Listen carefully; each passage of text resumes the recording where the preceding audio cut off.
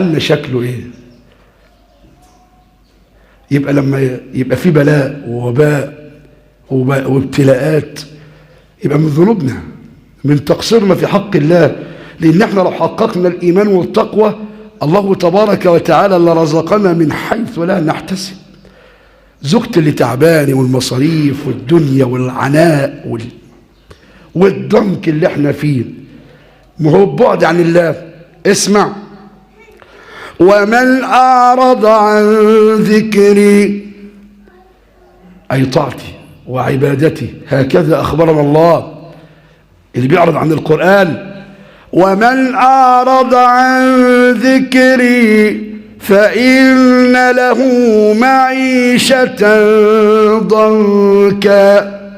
أهو هي دي، هيعيش إيه؟ في ضنك. الضنك يعني الضيق. ممكن يبقى معاه مال،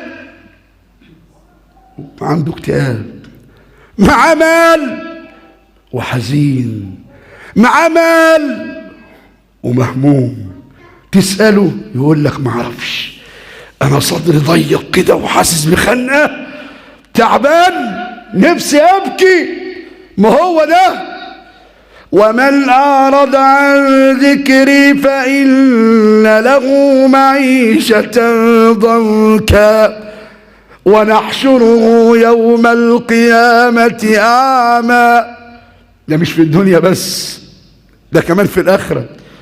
قال رب لم حشرتني أعمى وقد كنت بصيرا.